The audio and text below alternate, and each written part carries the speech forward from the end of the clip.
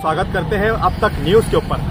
आज मालेगांव शहर के अंदर एक भूखंड रैली जिसका आयोजन किया गया है, जो मालेगांव शहर में मालेगांव शहर का ऐतिहासिक जमीनी किला जो मालेगांव महानगर पालिका के बिल्कुल सामने बना हुआ है, जिसका एक इतिहास है जो कई सालों पुराना मालेगांव शहर का जमीनी किला है, जिसमें एक शाला भी चलती है और जिसके ऊपर अतिक्रमण की बस्ती बसाई गई है। इस प्रकार की बातें यहाँ पर बोली जा रही है कि अतिक्रमण बस्ती ऊपर बसी हुई है। उस अतिक्रमण को खाली होना चाहिए। किले की दीवार से जो अतिक्रमण है वो निकलना चाहिए। किले के आसपास और आजू बाजू और ऊपर में जो अतिक्रमण बसा हुआ है सालों से, वो अतिक्रमण निकलना चाहिए, जिसको लेकर कई सालों से मालेगांव शहर के कुछ तंजीमों, अदारों और सोसाइटियों के जो लोग होते हैं, जो संस्था के जो लोग होते हैं, वो लड़ाई लड़ रहे थे और कोर्ट में ये मैटर चल रहा था।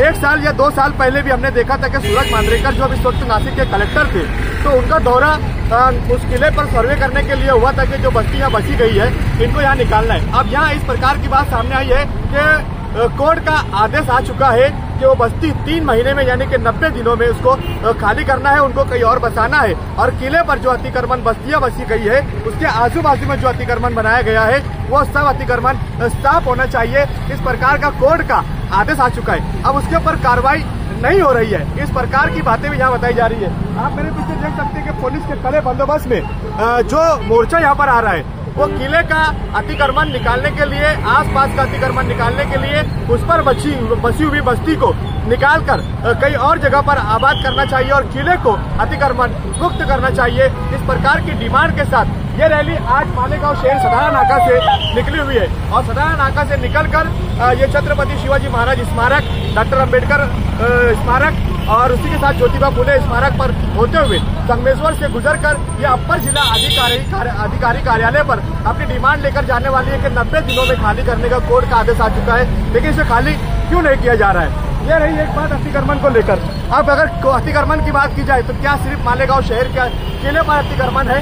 मालेगांव महानगर पालिका के पास भी अतिक्रमण है और पूरे मालेगांव शहर की हर जगहों पर, हर गली, हर चौक, हर चौराया, शासकीय जमीन हो या प्राइवेट जमीन, अतिक्रमण बसा हुआ है। लोगों ने वहां पर अतिक्रमण कर रखा है और यह अतिक्रमण से पूरा शहर परेशान हो चुका है कि यह अतिक्रमण साफ होना चाहिए। सिर्फ किले का अतिक्रमण साफ नहीं होना चाहिए। अब एक बात आती है कि किले का अतिक्रमण साफ करने की बात अगर यहाँ की जा रही है कि किले का अतिक्रमण साफ होना चाहिए, किला अतिक्रमण मुक्त होना चाहिए, तो उसी के साथ साथ सवाल यहाँ पर यही उठता है कि मालेगांव महानगर पालिका की ओर से मालेगांव शहर में जितने भी आमदार, खासदार, प्रतिनिधि, जनता प्रतिनिधि गुजरे हैं, इन प्रतिनिधियों का मालेगांव शहर के इस ऐतिहासिक किले पर अब तक का कितनी निधि खर्चा की गई है। मालेगांव शहर के जमीनी किले को स्वच्छ बनाने के लिए, सुंदर बनाने के लिए, खूबसूरत बनाने के लिए क्या किसी भी प्रतिनिधि ने अपना फंड उस किले पर दिया है क्या? ये भी एक सवाल यहाँ पर उठता है। मालेगांव शहर की आजादी के इतिहास से लेकर अब तक का मालेगांव शहर में कई खासदार गुजरे,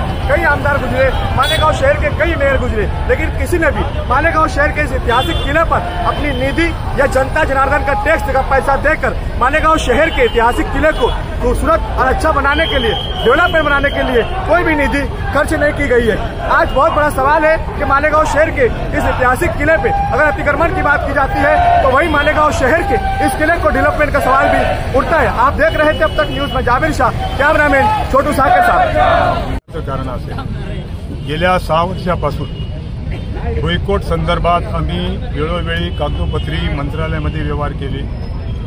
मंत्रालयामधून दाद न मिळाल्यामुळे, सरकारने कुठलाही होकार न दिल्यामुळे आम्ही दिनांक 2017 रोजी लोक आयुक्त यांच्याकडे तक्रार दाखल केली। सर, त्या तक्रारमध्ये नमूद केलं होतं की हा भुईकोट किल्ला सुरक्षित स्मारक आहे। याच्यावरती पुरातत्व विभाग दर महिन्याला 15,000 रुपये महिन्याचा माणूस ठेवलेला आहे। दर 1,000 रुपयाला 15,000 खर्च होतात, परंतु संरक्षण कुठलंच नाही, त्याचं विद्रुपीकरण होत आहे आणि त्या माध्यमातून सरकार दखल घेत नाही। म्हणून लोक आयुक्तांना आम्ही सांगितलं की आम्हाला तुमच्याकडून न्यायाची अपेक्षा आहे। म्हणजे मुख्य मागणी काय? मुख्य मागणी एकच आहे, त्याचं संवर्धन जतन व्हायला पाहिजे आणि संवर्धन जतन होत असताना जर कोणी भुईकोट किल्ल्याच्या आत किंवा बाहेर अतिक्रमण केलं असेल तर ते विस्कळीत केलं पाहिजे. आणि विस्कळीत केल्यानंतर आमचं म्हणणं असं आहे तर जर घरं असतील त्या घरच्यांना सुद्धा पुनर्वसन झालं पाहिजे. त्यांचं पुनर्वसन ही सरकारची योजना आहे, त्या योजनेमध्ये बसतं तर निश्चित त्यांना दिलं पाहिजे. कोणी बेघर व्हायला नको. एक चांगलं काम होत असताना दुसरं चुकीचं काम व्हायला नको. मी मान्य करतो सर्वच गरीब नाही आहेत, सर्वच श्रीमंत नाही आहेत, पण काही जे असतील त्यांना न्याय मिळाला पाहिजे, कोणावर अन्याय व्हायला नको. आणि भुईकोट किल्ला आमचा जसा पहिले स्वाभिमानाने उभा होता त्याच पद्धतीने आज तो स्वाभिमानाने उभा पाहिजे.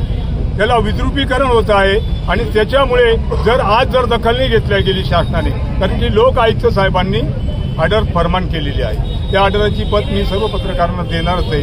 निकाल लागलेला आहे, त्याच्यामध्ये सुद्धा नमूद केलेलं आहे का 90 दिवसाच्या आत ते अतिक्रमण काढून टाका. 90 दिवसाच्या आत पुनर्वसन करावं आणि अतिक्रमणचा अहवाल सादर करावा. 2 मिनिटं. 90 दिवस पूर्ण झाले तरी सुद्धा शासनाने आजपर्यंत दखल घेतली नाही, म्हणून आम्हाला ही मोर्चा काढण्याची वेळ आली. इतक्या चांगला विषय तुम्ही हाताळताय तरी लोकप्रतिनिधी या आंदोलनात का सहभागी झाले, का असं? लोकप्रतिनिधींना ठीक आहे, त्यांची वोट बँक असेल, कोणाला काही राजकारण करायचं असेल आणि वाईटपणा घ्यायचा नसेल, तो सोयीचं राजकारण करतो. आलं लक्षात? त्यांना त्यांच्या राजकारणात इंटरेस्ट आहे.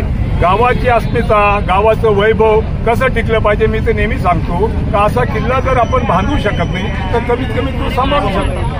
याच्या आता जे सध्या पालकमंत्री आहेत या विषयावरती मी त्यांच्याशी चर्चा केली होती. 2017 त्या टायमाला जिल्हा आपला महापौर सकाराम बोडके, आमदार दादाभाऊ भुसे मंत्री नव्हते, पण आम्ही सर त्यांच्याबरोबर मनमाडला जात होतो. गाडीमध्ये चर्चा केली की आपलं एवढा भुईकोट सुंदर आहे, त्याचं जतन आणि संवर्धन झालं पाहिजे. त्यांनी सांगितलं की ठीक आहे, आपण विचार करू. आणि याच्या पलीकडे काही त्यांनी भाष्य केलं.